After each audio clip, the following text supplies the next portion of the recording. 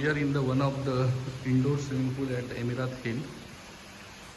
This is a big swimming pool, and see, now the month is January month. It's very cold in Dubai, so owner has increased the temperature of the water. So due to this, there is a lot of humidity come and see condensation. Water is there. Even on the wall also there is a water. Water is there. See this. So we decided to install this wall mount dehumidifier, and we decided to install 2 units. One is that side and one is here.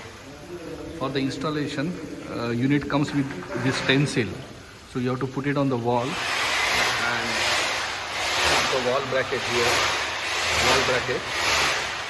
and just hang that unit. Okay. So installation is very simple. Just screw the 3 bolts, 1, 2, 3. Put the wall bracket. Okay. Hang the unit and connect to the power and drainage. That's all.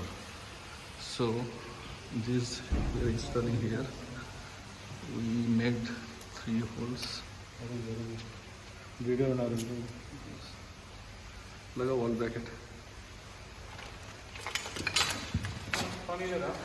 Huh? Okay, thank you. Like this.